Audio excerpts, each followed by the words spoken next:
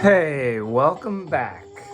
Sorry for the long delay in a real video upload, but I was very busy. I had some movies that led me astray into the thriller realm, and also I was in Europe. So I'm back, and I am gonna talk about a much anticipated movie for me, Twilight People.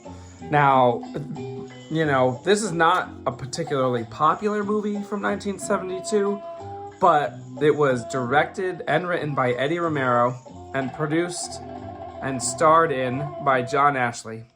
Eddie Romero also produced it. Roger Corman also co-produced it, although he had his name taken off the credits due to some beef. There was this other guy, Lawrence Woolner, and I think the four of them together had made Beast of the Yellow Night, which I did a video for 3 years ago, which is crazy. Actually, over 3 years ago.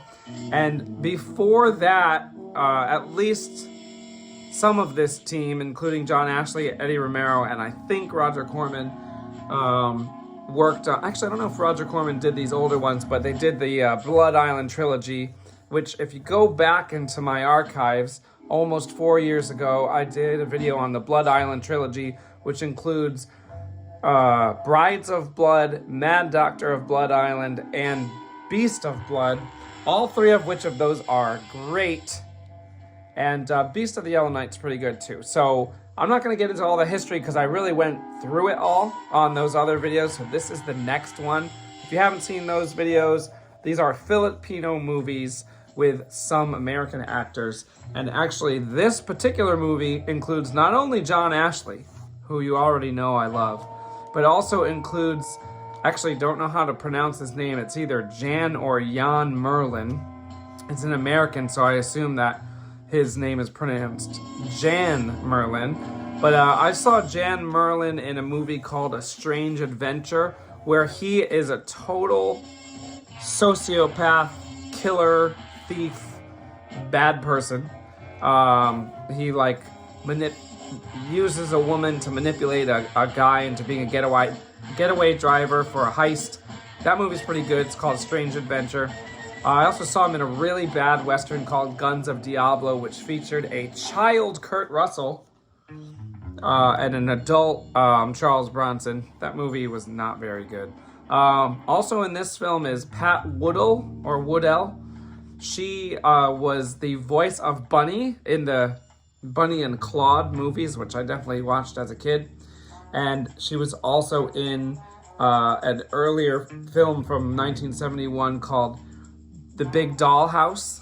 The Big Dollhouse was directed by Jack Hill, who I've talked about on this channel before.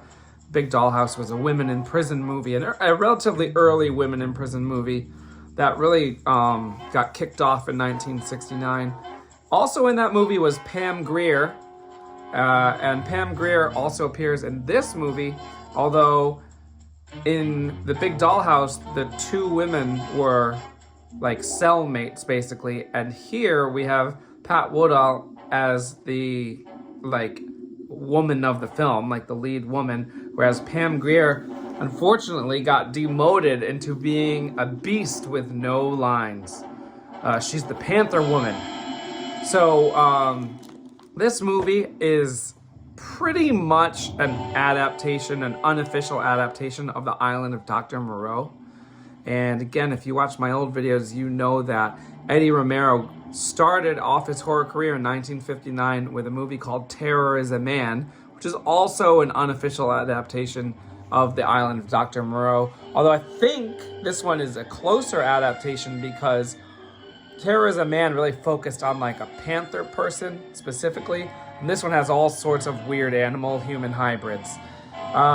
Basically, John Ashley starts off the movie scuba diving, or deep sea diving maybe might be the correct term, and he gets kidnapped while diving. He gets brought in to this mad doctor's lab, and he is basically shown that he's going to be experimented on and turned into an animal hybrid.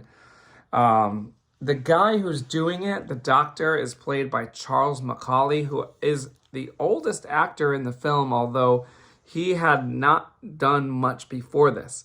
He had a small part in the 1960s version of Tower of London, which I have not seen that version. I did see the old 1939 Tower of London, if I have the year correct on that. But in the 60s version, Vincent Price starred, and I'm still like in the middle of my giant Vincent Price quest, so I haven't gotten to 60s Vincent Price yet. I've just about finished 50s Vincent Price. But anyway, I'll get there. So this guy, Charles Macaulay, plays the Mad Doctor. He's basically forcing his daughter, played by Pat Woodell, to assist him. And he's creating all of these beastly human-animal hybrids. Very similar to the Island of Dr. Moreau. I saw the 1930s version of Island of Dr. Moreau with Charles Laughton as the Mad Doctor. Although it's not called... What is that called? Oh, darn. I forget. It's either like... I forget. It is an official adaptation, but it does not share the title Island of Dr. Moreau. I think it's called... No, it escaped me now. Bela Lugosi is one of the beasts in that movie. Came out, I think, I want to say 1933, 2 years after Dracula. I feel like Bela Lugosi got demoted in that film. Anyway, unfortunately, this movie definitely not as good as the other Eddie Romero movies that I've discussed. Definitely not as good as the Blood Island trilogy movies. And not as good as Beast of the Yellow Night, although that one was kind of weird.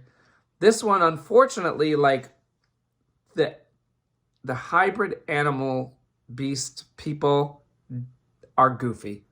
And in the other Eddie Romero movies, the monsters are not goofy. They're kind of scary, grotesque, violent, serious, you know, as these weird monsters can be. And in this one, they're just goofy. So I did enjoy it. I really like John Ashley. I like everything he does. I don't know if I said this in the other videos, but I just like his voice. Like, he has a nice voice. He was a singer. I know I mentioned that in another video, but he was a singer, like, along the lines of Elvis Presley, and he just has, like, a good voice. And the way he, like, talks and the way he acts is really good. I love that he also produced these movies. I love that he went to the Philippines to make movies. It's all really cool, but this one is not the strong one of the bunch. It is coherent, unlike Beast of the Yellow Night, which didn't really make sense.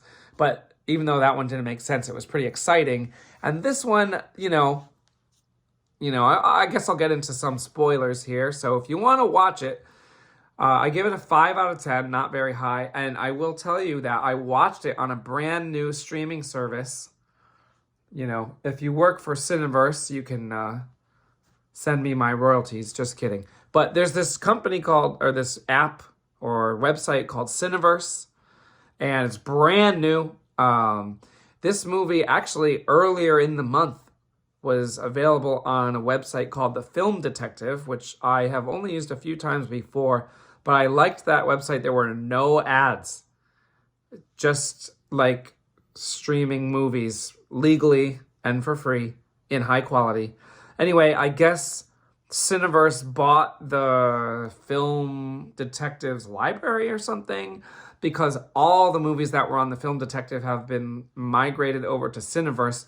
But Cineverse has many channels. It's kind of like Tubi. It's free with ads, not too many ads, but it's got all these different channels. Like, it has like an anime channel.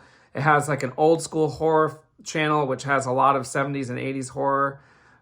It's got like a Bob Ross channel. It's got like all sorts of different channels. I'm not even sure what all of them were. Most of the stuff is older, but like not like super old. But yeah, Cineverse, it's free. The ads came up for like 45 seconds at a time, not super long ads. Anyway, you can watch on Cineverse. I figured Cineverse is doing us a favor by putting up these movies for free, so I can do them a favor by plugging them, even though I don't know anyone at Cineverse or whatever. So anyway, spoilers. We've got a Batman Panther Woman, played by Pam Grier. We've got a Goat Man. We've got, there's a woman that, like, I have no clue what animal she's supposed to be. She just looks beastly. And it's cool. They each have their own personalities, but none of them can talk. And they just have, like, dubbed in, like, animal noises whenever they open their mouth. So that was goofy. There's this one guy who's like an ape man, and he should have been fired. Every time he came on the screen, he was really goofy, moved around in a goofy way, made stupid facial expressions. Actually, without him, this would have been better. Like, he really pulled it down. So the ape guy, no respect for the ape guy. Kind of messed the movie up, honestly. Made it goofier than it should have been.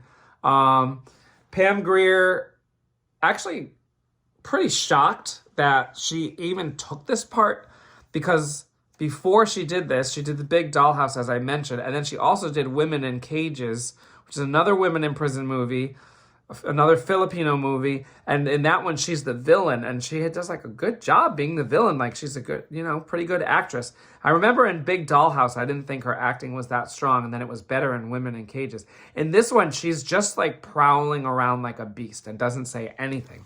So I'm surprised she did that, although it was fairly early in her career, so it's not like she was really established. She had only done a couple of Filipino women in prison movies before this.